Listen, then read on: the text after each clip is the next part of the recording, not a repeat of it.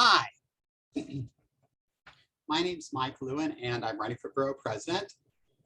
And so in this video, I'd like to compare my views to that of my opponents. I've had two debates, one with the Democratic nominee for Borough President, and one with the Republican nominee. And I'd like to talk about where I think we agree and where we disagree. And in particular, I'm focusing on housing because I think that's the issue we've really talked the most about. I think on transportation issues, I'm very much on the same page as the Democratic nominee.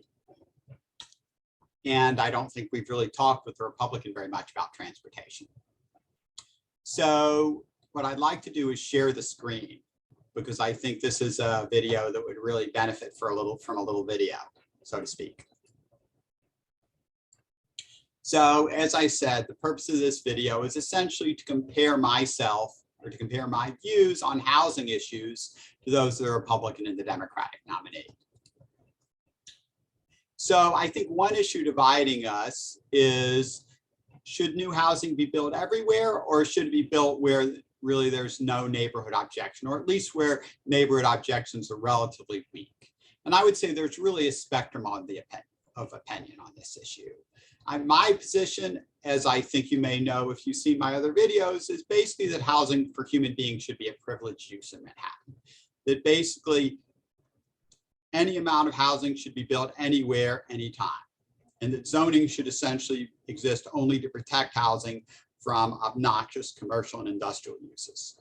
At the other extreme, I think there are some council members, including I think a couple who lost in the Democratic primary, who were very deferential to the wishes of what I would call NIMBYs, not in my backyard activists, people who for a variety of reasons don't want housing in their community.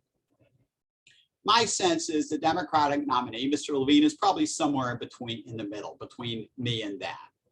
I think he's at least sometimes willing to override the community or to override the NIMBYs, but he's probably less willing than I am. He's sort of, by the standards of New York housing policy, a responsible moderate. So why am I better than a moderate?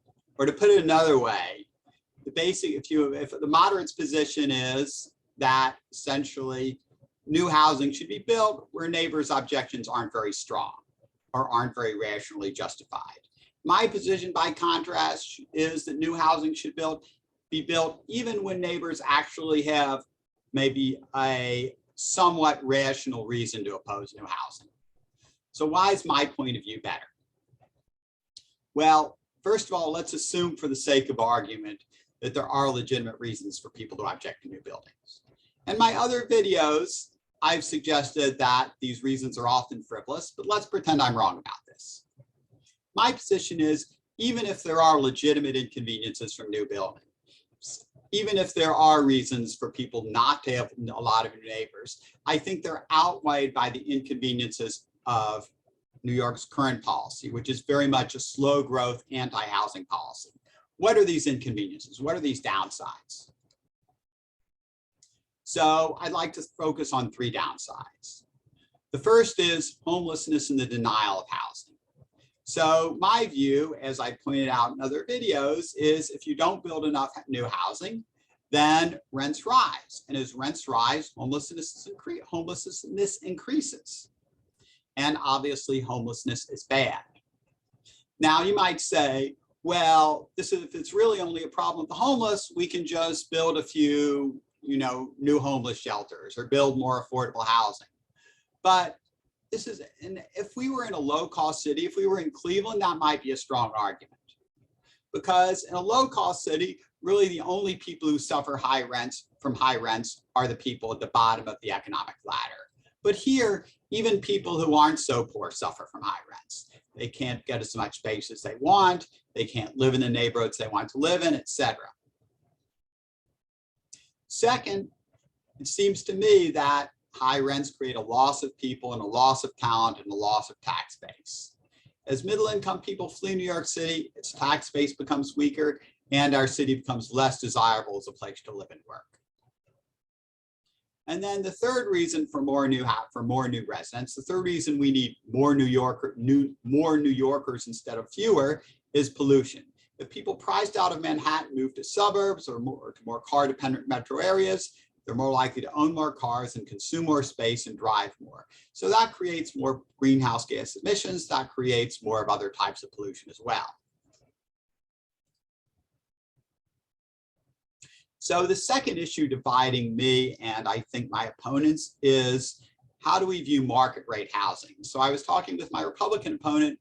He was very much pro affordable housing, but I could tell he was not such a strong believer in market rate housing, at least not as much as I am.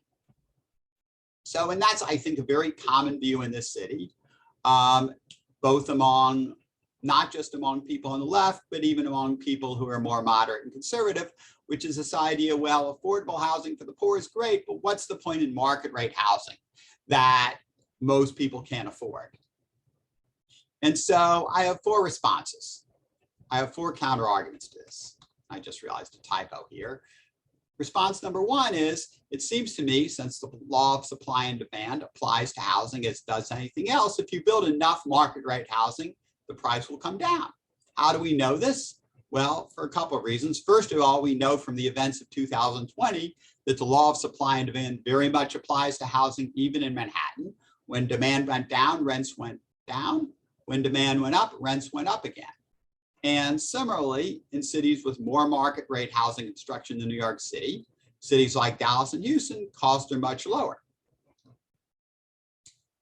Second, new housing doesn't just affect the price of new housing, it also brings down the price of old housing. That is to say, if there's very little new housing, then what happens is, maybe the 5% of housing that's market rate and new are snapped up by people with significant amount of money. I would say to think of, like, my sense is that rentals in newer buildings often tend to be $4,000, $5,000, $6,000.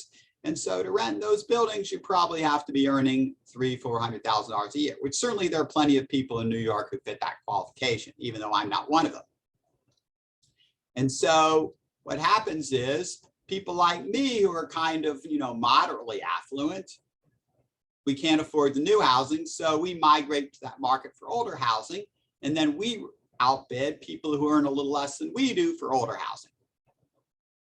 By contrast, if there was a lot more new housing, I'm not saying it would be affordable to poor people necessarily, but let's say if new housing was affordable to everyone earning over $100,000, that would still be a huge leap forward, because that would mean that there'd be a lot less people building for older housing, which means the price of older housing would eventually come down. By contrast, right now, all these people who are earning, middle and upper middle class people who are earning $75,000, $100,000, $150,000, they're basically outbidding people who earn less than they do for older housing. And that would be less of a problem if there was more new housing. Third, I don't think affordable housing is a complete solution.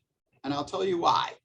It would, to build affordable housing for, let's just say, everybody earning below $100,000 or everybody earning below $75,000 would require really a huge amount of taxpayer money.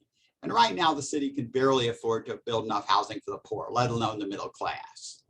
And so what you would have if, let's just say, hypothetically, you were, through some miracle, you were able to build enough affordable housing to eliminate homelessness, and at least to house the 15 or 20% of Manhattanites living below the poverty level. Now, that would be a huge advancement over a status quo. And I can't imagine how we would ever have enough money to even do that. But even so, if we just had that and no more market rate housing, we'd essentially have a two-class society, because we'd have the current very modest supply of market rate housing, which would basically be dominated by the rich or by people who are willing to live with a whole bunch of roommates. And then we'd have affordable housing for the poor, but really nothing for the middle class.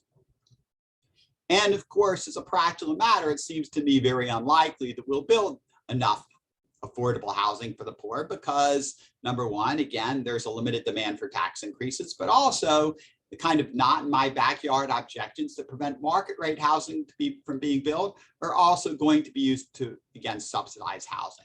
So I really find it hard to imagine the city building an enormous amount of affordable housing. And then my fourth point is that private housing and subsidized housing aren't opponents. And actually, if we build more private housing, that actually makes it easier to meet the demand for subsidized housing. How come? Because if there's enough private housing and rents are a little lower than they are now, that reduces demand for quote unquote affordable housing, which in turn makes it easier for the city to meet demand. So if you want to see more detailed arguments on some of these issues, this is my video page generally. And especially I'd recommend to you videos 7 and 11, which talk about in more detail about the benefits of market rate housing. And then also video 17, which explain why even though affordable housing might be desirable, just having government subsidized affordable housing is probably never going to be enough to meet the city's housing needs. So on that note, we have only a little more than a week before the election, and see you on the campaign trail.